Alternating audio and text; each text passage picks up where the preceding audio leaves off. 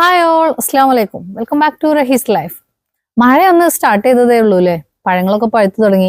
നമ്മൾ തൊടിയിലിടുന്ന വേസ്റ്റ് ഒന്നും പെട്ടെന്ന് അലിഞ്ഞു പോവാതെ ഡ്രൈ ആവാതെ രീതിയിലായി. അപ്പോൾ തന്നെ കൊതുകും ഈച്ചയും കൂടുതലായിട്ടുണ്ട്. കൊതുകിനെക്കാളും ഈച്ചയാണുള്ളത്. നമ്മൾ തുടച്ചിട്ട് ക്ലീൻ ആക്കി വരുന്ന ഏരിയയിൽ വീണ്ടും ആ സമയത്ത് തന്നെ ഈച്ച വരുന്നുണ്ട്.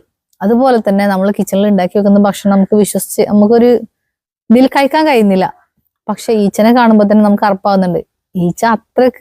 ഈച്ചനെ പറ്റി നമ്മൾ അത്രക്ക് കേൾക്കുന്നത് കൊണ്ടാണ് അതുള്ളത്. ഈച്ചനെ, കൊതുകിനെ, ഉറുമ്പിനൊക്കെ നമ്മുടെ ഈ മഴ സമയത്തും ഇപ്പൊ തണുപ്പായതുകൊണ്ട് വീട്ടിൽ മൊത്തം ഉറുമ്പുമായിരിക്കാം. ഈച്ചയും കൊതുകും ഉറുമ്പിനൊക്കെ ഓടിക്കാൻ പറ്റിയൊരു റെമഡി ആയിട്ടാണ് ഇന്ന് ഞാൻ വന്നിട്ടുള്ളത്. അപ്പൊ വീഡിയോയിലോട്ട് പോവാം. വീഡിയോയിലോട്ട് പോകുന്നതിന് മുമ്പ് നിങ്ങൾ എന്റെ ചാനൽ ആദ്യമായിട്ടാണ് കാണുന്നതെങ്കിൽ ലൈക്ക് ചെയ്യുക, ഷെയർ ചെയ്യുക, കമന്റ് ചെയ്യുക. അതിനോടൊപ്പം തന്നെ സബ്സ്ക്രൈബ് ചെയ്യുന്ന കാര്യം പരിഗണിക്കുക. ഈ വെള്ളത്തിലേക്ക് നമ്മൾ എടുത്തു വെച്ചിട്ടുള്ള ഗ്രാമ്പൂ, പിന്നെ അതുപോലെ നട്മകും ഈ ബേ ലീഫും കൂടെ ഇട്ട് കൊടുക്കുന്നുണ്ട്. ഇപ്പൊ നമ്മുടെ വെള്ളം നല്ലോണം തിളച്ച് വന്നിട്ടുണ്ട്. നല്ല സ്മെല്ലൊക്കെ വരുന്നുണ്ട് കേട്ടോ ഈ സ്പൈസസിന്റെ.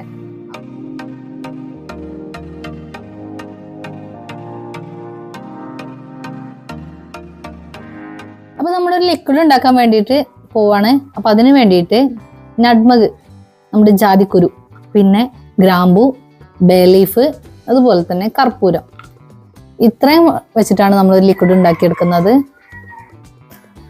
അപ്പൊ നമ്മുടെ ലിക്വിഡ് ഉണ്ടാക്കാൻ വേണ്ടി പോവാണ്. അപ്പൊ അതിന് വേണ്ടിയിട്ട് ഒരു പാനിൽ കുറച്ച് വെള്ളം എടുത്തിട്ടുണ്ട്. ഇതിന് കറക്റ്റ് അളവൊന്നുമില്ല, ഏകദേശം 1 ലിറ്ററിന്റെ അടുത്തുണ്ട് കേട്ടോ. ഈ വെള്ളത്തിലേക്ക് നമ്മൾ എടുത്തു വെച്ചിട്ടുള്ള ഗ്രാമ്പൂ, പിന്നെ അതുപോലെ നട്മകും ഈ ബേ ലീഫും കൂടെ ഇട്ട് കൊടുക്കുന്നുണ്ട്. കർപ്പൂരം ഇപ്പോഴല്ല കേട്ടോ ഇട്ട് കൊടുക്കുന്നത്, കുറച്ച് കഴിഞ്ഞിട്ടാണ്. ഇത് നല്ലോണം തിളച്ച് വന്നിട്ടാണ് ഇട്ട് കൊടുക്കുന്നത്. ഇപ്പൊ നമ്മുടെ വെള്ളം നല്ലോണം തിളച്ച് വന്നിട്ടുണ്ട്. നല്ല സ്മെല്ലൊക്കെ വരുന്നുണ്ട് കേട്ടോ ഈ സ്പൈസസിന്റെ. അപ്പൊ ഈ വെള്ളത്തിലേക്ക് ഞാൻ കർപ്പൂരം ഒന്ന് പൊടിച്ചിട്ട് കൊടുക്കുന്നുണ്ട്. പിന്നെ ഇതിപ്പോ തന്നെ ഓഫ് ചെയ്യുന്നില്ല കേട്ടോ. ഒരു 5 മിനിറ്റോളം നമ്മൾ ഇതൊന്ന് മൂടി വെച്ച് തിളപ്പിച്ചെടുക്കുന്നുണ്ട്. നല്ലതുപോലെ ഈ സ്പൈസസിന്റെ ഒക്കെ സ്മെല്ല് ഈ വെള്ളത്തിലേക്ക് ഇറങ്ങി വരാൻ വേണ്ടിയിട്ടാണ് കേട്ടോ അങ്ങനെ ചെയ്യുന്നത്. അപ്പൊ തീ കുറച്ചതിന് ശേഷം ഇതൊന്ന് മൂടി വെച്ച് കൊടുക്കുക. അപ്പൊ തന്നെ മൂടി വെച്ചിട്ടുണ്ടെന്നുണ്ടെങ്കിൽ തീ കുറച്ചാലും നല്ലോണം തിളച്ചോണ്ടേയിരിക്കും. ഒരു 3 മിനിറ്റ് മുതൽ 5 മിനിറ്റ് വരെ നിങ്ങൾക്ക് മാക്സിമം തിളപ്പിച്ചെടുക്കാം കേട്ടോ. അപ്പൊ ഏകദേശം 5 മിനിറ്റ് കഴിഞ്ഞിട്ടുണ്ട് കേട്ടോ ഞാൻ ഇത് വെള്ളം തിളപ്പിച്ചുകൊണ്ടിരിക്കാൻ തുടങ്ങിയിട്ട്. അപ്പൊ റൂം മൊത്തം, ഈ കിച്ചൺ മൊത്തം ഇതിന്റെ സ്മെല്ലായിട്ടുണ്ട്. നമ്മുടെ കറുവപ്പട്ടന്റെ അതുപോലെ തന്നെ ഗ്രാമ്പൂവിന്റെ ഒക്കെ സ്മെല്ല് നല്ലോണം വരുന്നുണ്ട് കേട്ടോ. അപ്പൊ ഇത് ഇനി തണുക്കുന്നത് വരെ, ഇപ്പൊ എന്താണ് വെള്ളത്തിന്റെ കളറൊക്കെ ഒന്ന് മാറിയിട്ടുണ്ട്, ഒരു ലൈറ്റ് കളറിലേക്ക് ഷെയ്ഡിലേക്ക് വന്നിട്ടുണ്ട്. പിന്നെ ഇത് ചൂടാറുന്നത് വരെ നമ്മളൊന്ന് വെയിറ്റ് ചെയ്യണം. അപ്പൊ നമ്മുടെ ലിക്വിഡ് ഇവിടെ ഏകദേശം 3/4 ഭാഗം തണുത്ത് വന്നിട്ടുണ്ട്. ആവിയൊക്കെ ഏകദേശം പോയിട്ടുണ്ട് കേട്ടോ.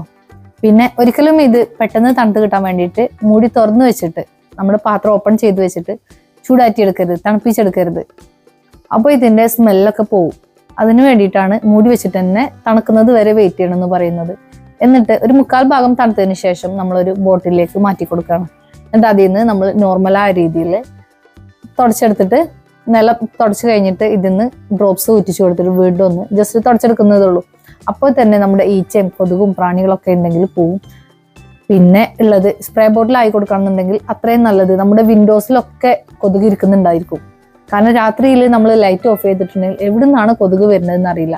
അപ്പൊ കുറച്ച് ദിവസമായിട്ട് ഞാൻ ചെക്ക് ചെയ്തപ്പോഴാണ് ജനലിന്റെ കമ്പീന്റെ സൈഡിലൊക്കെ കൊതുക് മെല്ലെ മെല്ലെ ഇരിക്കുന്നത് കാണുന്നത്. കർട്ടനകത്ത്, ജനലിന്റെ കമ്പീന്റെ അകത്ത് എവിടെയൊക്കെ ഒളിഞ്ഞിരിക്കുന്നുണ്ട് കൊതുകുകൾ. നമ്മൾ പറ്റുന്ന കൊതുകുകളൊക്കെ നമ്മൾ ബാറ്റ് വെച്ചിട്ടോ അല്ലെങ്കിൽ ഇങ്ങനെ സ്പ്രേ ചെയ്തിട്ടൊക്കെ നമ്മൾ ഒഴിവാക്കുന്നുണ്ട്.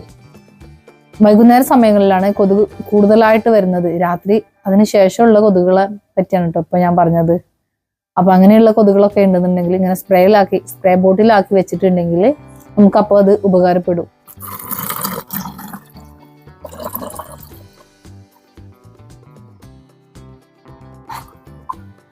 നമ്മൾ ഉണ്ടാക്കിയെടുത്തിട്ടുള്ള ഈ ലിക്വിഡില് ഒരു വിധത്തിലുള്ള കെമിക്കലോ അവശ്യപദാർത്ഥങ്ങളോ ഒന്നും തന്നെ ഉപയോഗിച്ചിട്ടില്ല. അതുകൊണ്ട് തന്നെ മുതിർന്നവർക്കും നമ്മളെ മുട്ടിലഴിഞ്ഞിരിക്കുന്ന കുട്ടികൾക്ക് പോലും ധൈര്യമായിട്ട് നമ്മളെ തറയിൽ കൂടെ ഒക്കെ നടക്കാം കേട്ടോ. ഒരു തരത്തിലുള്ള ആരോഗ്യ പ്രശ്നങ്ങൾ ഉണ്ടാവാൻ സാധ്യതയില്ല കേട്ടോ.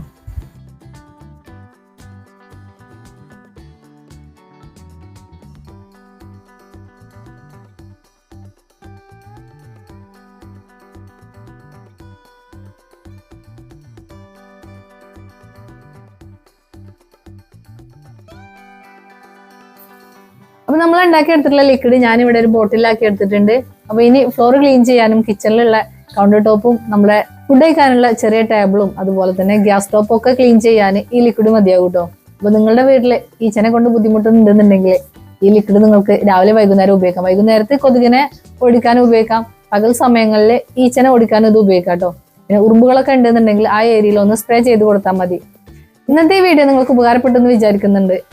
നിങ്ങൾക്ക് എന്റെ വീഡിയോസ് ഇഷ്ടമാകുന്നുണ്ടെങ്കിൽ ലൈക്ക് ചെയ്യുക, ഷെയർ ചെയ്യുക, കമന്റ് ചെയ്യുക. അതിനോടൊപ്പം തന്നെ സബ്സ്ക്രൈബ് ചെയ്യുന്ന കാര്യം പരിഗണിക്കുക. അടുത്ത് തന്നെ നിങ്ങൾക്ക് ഉപകാരപ്പെടുന്ന മറ്റൊരു വീഡിയോ ആയിട്ട് വരുന്നവരേക്കും സൈനിങ് ഓഫ് ഹിസ് ലൈഫ്.